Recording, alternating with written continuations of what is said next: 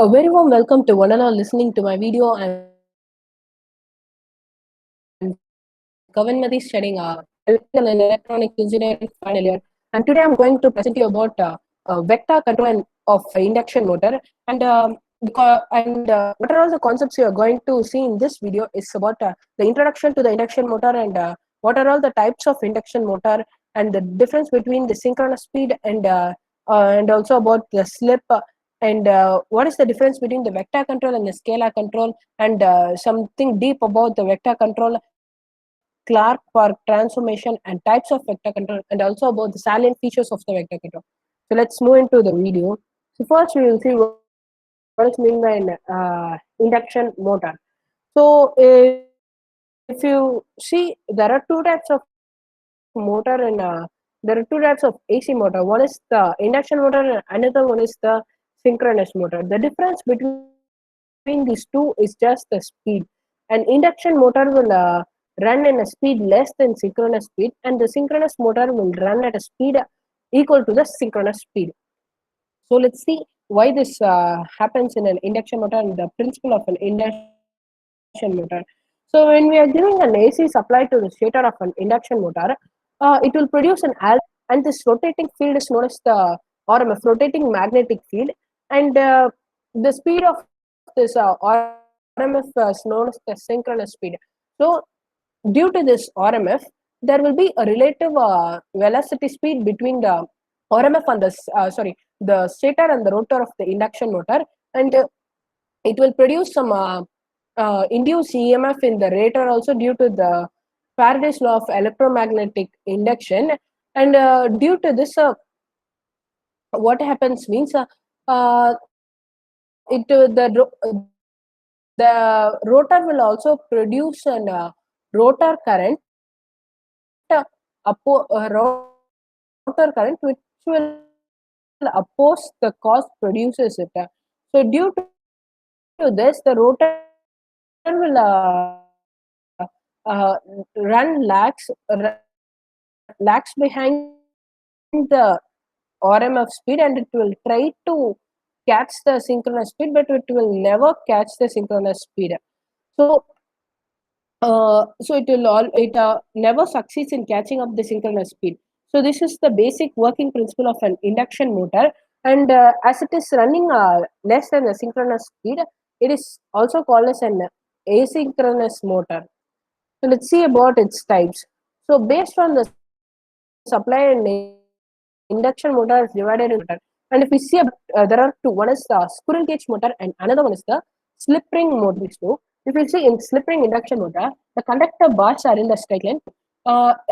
Here the conductor bars are just skewed to reduce the humming noise and humming noise. But and also this all this in all this slip rings are get connected in the are just short circuited in the end rings, which is not done in the slip ring because it is not short circuited at the first. It is initially connected to some external resistance. So because it is having some high starting torque to produce some high starting torque. So after it achieves the required torque, these rings will also the resistor will reduce, and this conductor bars will also get short circuited at the end. And if you see about the efficiency difference between these two, um, uh, a slip ring induction motor is comparative. A slip ring induction motor is having a somewhat less efficiency when compared to the squirrel gauge induction motor, and it slip ring is also somewhat costlier than slip ring induction motor. And but in a slip ring we can speed control is possible due to using a rotor resistance, which is not possible in squirrel cage induction motor because it is initially it is short circuited at the end rings. So let's see about the synchronous speed. So synchronous speed is nothing but the speed of the rotating magnetic field, and it is represented as ns is equal to 120 f by p, and f is known as the frequency and p is known as the number of poles. And slip is known as the difference of relative speed between this synchronous and the rotor speed, and percentage slip is represented as ns minus n by ns into 100. Okay, let's go into the topic and what is mean by a vector control and a scalar control of an induction motor. In our home, we will have a fan, and we will just adjust its speed by adjusting the regulator of the fan. So, what we are normally doing is we are just changing the resistance. The regulator will have some series of resistance, and we will just change the resistance value from low to high to control the voltage of the fan to control its speed. So scalar control, it's nothing but it relates only to the magnitude control of a variable. So if you take an example of a fan, here the controllable variable is the voltage, and speed is controlled using this.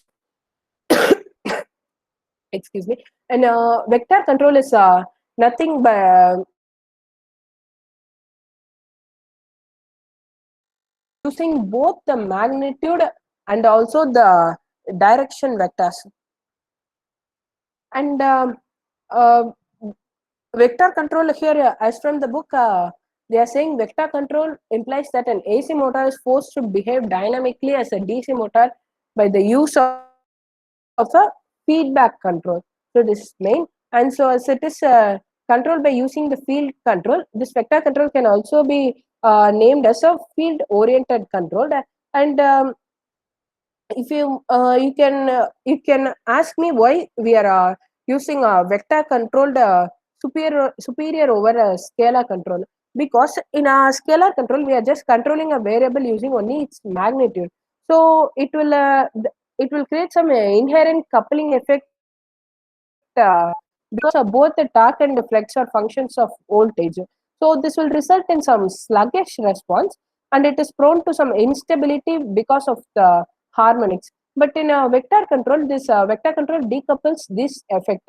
It also offers more precise control of AC motors when compared to the scalar controller, and also it can be used in high performance drives where oscillations in oscillations and air gap flex is intolerable. And if you see about the two methods of vector control, it have direct vector control method and indirect vector control method. And we will just see what is mean by a vector control first, and then move into the types. In vector control, uh, here the speed and every controllable variable is controlled under operations to similarly to a separately excited DC motor. What they are saying means, if we take an example of a three-phase induction motor, and we have a three-phase currents. One is we can name it as an IA, IB, and IC. These three components are together producing the required flex and torque inside the machine. So it is very complex to control the machine by using this three stator currents. So what they are doing is they are just transforming this three stator currents into three-phase currents into a two-phase current using Clark and Park transformation. Um, what is, if you want to know about what is mean by an Clark and Park transformation means, first this ABC, that is this stator currents IA, IB, and IC are first transform into an alpha beta, which is nothing but an two coordinate time variant system. So converting an ABC into an alpha beta is known as the Clark transformation, and uh, and again transforming this alpha beta into DQ, which is two coordinate time invariant system, is known as the Park transformation system. So finally we are just transforming the IABC three phase currents into DQ, a two phase current, by changing it from a time variant system into a time invariant system using Clark and Park transformations. Um, and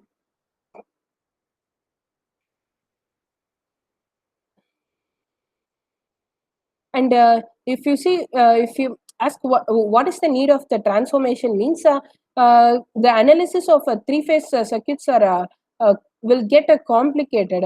So only we are changing from three variant quantities to two time varying quantities. And um, if it is time varying, and here also we are just making two transformation. First we are transforming into a time varying and into a time invariant concept. Why we are changing this into time invariant means, to get a less to make the analysis less complicated. So only we are just making two types of two transformations here.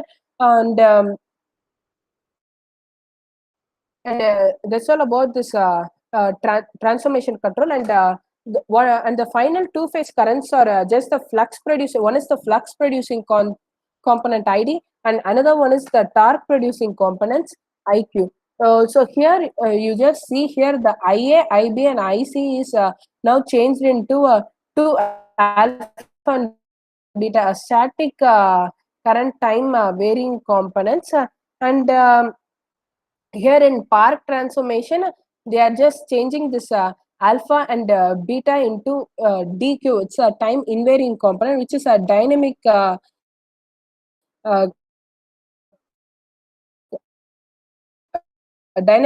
quantity. Rotor flex here is aligned with the